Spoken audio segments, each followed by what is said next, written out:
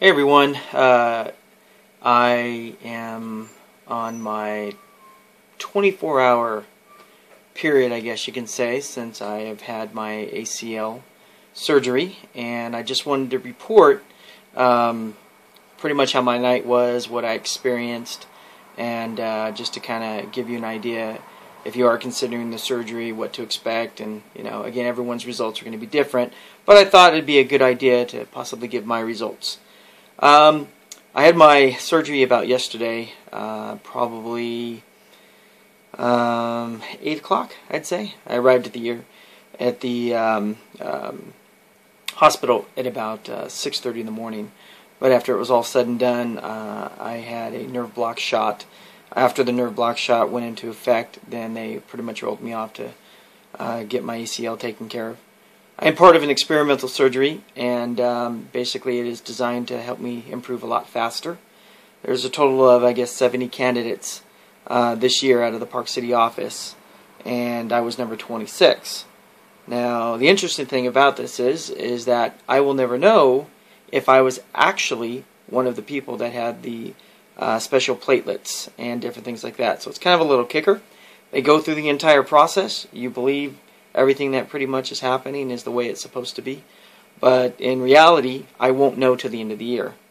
And kind of interesting, but they have to do that because this is a case study, and they want to make sure they have some people with it and some people without it, and they want to see if there are some differences. So I'll inform you as I go along, as I continue this video log, and explaining how everything I have been progressing or degressing, if that ends up being the case. But so far, I can happily say that I am feeling great. I can probably tell you that I kind of did things a little bit different probably than most people. From the time of my surgery, I actually stayed up all the way until the anesthesia was out completely, and also the nerve block shot was also done. The reason I wanted to do that is for a couple things. Number one, I understand that a lot of people will go to sleep, wake up, be in tons of pain, decided not to take the pain medicine. Well, I stated when I first started this that was my goal. I did not want to take any pain medicine. So what I have done is I waited till about 4 o'clock in the morning, and I kind of started feeling my leg. Pretty much everything was coming out of my system. I was feeling a lot more sensitivity than I did before. Before it's just like a brick. Now I was feeling individual spots in my leg, even though I have the brace on. As you can see, something like that. There you go. It basically started itching a little bit, and obviously, sometimes that's the healing process or getting sweat underneath the brace or whatever, because this thing is not coming off for 7 days. So that's, you kind of get used to that, and you're going to keep your foot bent, or you're going to keep your knee bent at just a small angle, because they don't want you to flex it all the way, because you will experience tons of pain, so they keep it a little bit small. But you are it's very important that you make sure you are doing the exercises that they tell you. And that essentially is just basically the foot extensions. You need to do that immediately. If you actually wait within about a half an hour to an hour, once you start laying down and everything, you'll just freeze up. Thank goodness I did listen to it. I wasn't as perfect as you should be. Apparently you're supposed to do it like, 30 times within the hour. It's about every 2 minutes, essentially, when you are laying down and you're not resting. So, it's a little bit hard to get in the habit to do that, but after you start getting used to it, you kind of do it. I actually found that I was, probably after a few hours, I was kind of being more natural. And it's just simple as this. Just taking your foot, expanding, foot, extension, back, extension, back, extension, back.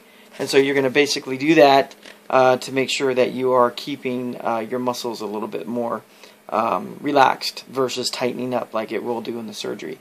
So that's a big thing. I want to make sure that if you are contemplating on doing an ACL recovery, that is one of the things you definitely want to do. The other thing is plan on going to the restroom a lot. Don't have a small bladder necessarily, but I guess with the anesthesia, maybe with the nerve block shot that I had something to do to trigger with the bladder. But and plus I was drinking a lot of water, because obviously you want to do that as much when after you have a surgery, you want to drink a lot of water. But even then, I still drink a lot of water, and I thought it was pretty much an average amount. But yeah, I was probably using the restroom almost every hour, if not maybe twice during that hour. So and again, probably just something to do with the procedure. Don't know the medical term, or the medical reason why that would happen so much, but something to maybe you guys can look into. So that's one of the other things in my observations that I found out. The other thing is I am happy to say I have not done any pain medicine. They gave me Prozac. They gave me, what else? They gave me a pill that once the anesthesia wears off, I'm going to throw up, or feel like I'm going to throw up. So in order not to do that, I try to stay away from milk products during that time period when I was not using it. And I think that really made a difference, hopefully, because I know sometimes milk can make you a little bit nauseous, and so I have not done any milk products since that point.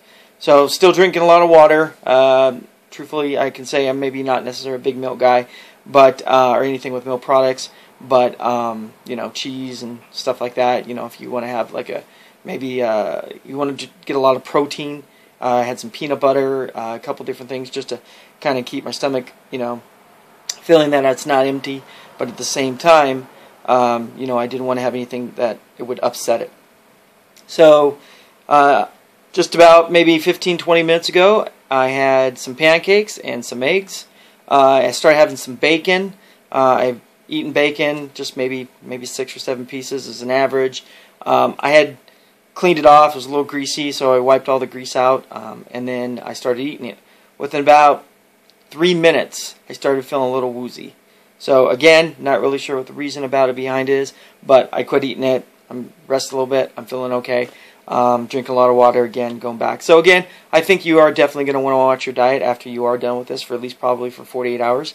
At least in my experience, it normally would not affect me, but obviously it did. So that's something to take.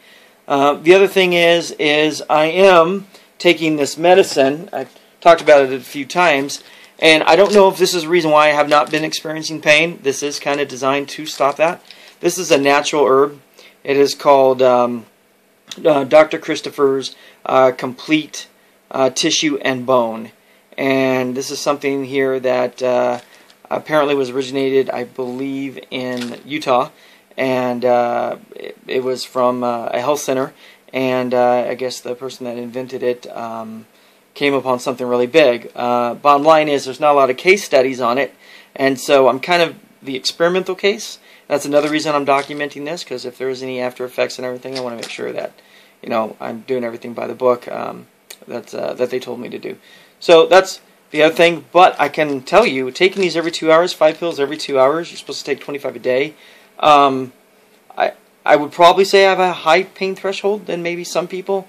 I've dealt with tooth problems in my life. I don't know, maybe lazy, truthfully. I'm not a big guy that, I guess you could say, spend a lot of time on taking care of his teeth and different stuff. I mean, they're okay. You can see ones missing here. And so what happens is I would kind of endure it, just deal with it, to the point where, like, you know what, it's going to fall out, it's going to fall out. I'm not going to get anything taken care of.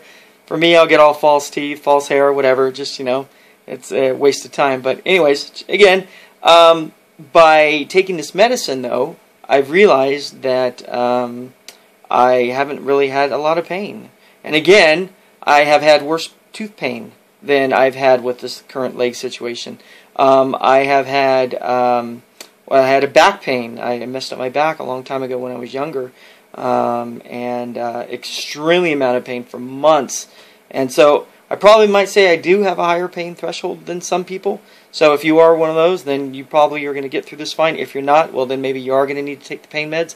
But the bottom line is you want to make sure that you are having something that's going to take. Because one thing I do know is when you are in extreme amount of pain, you will not sleep, you will not eat, you will not be able to do anything. You actually feel like, this is it, you're dying.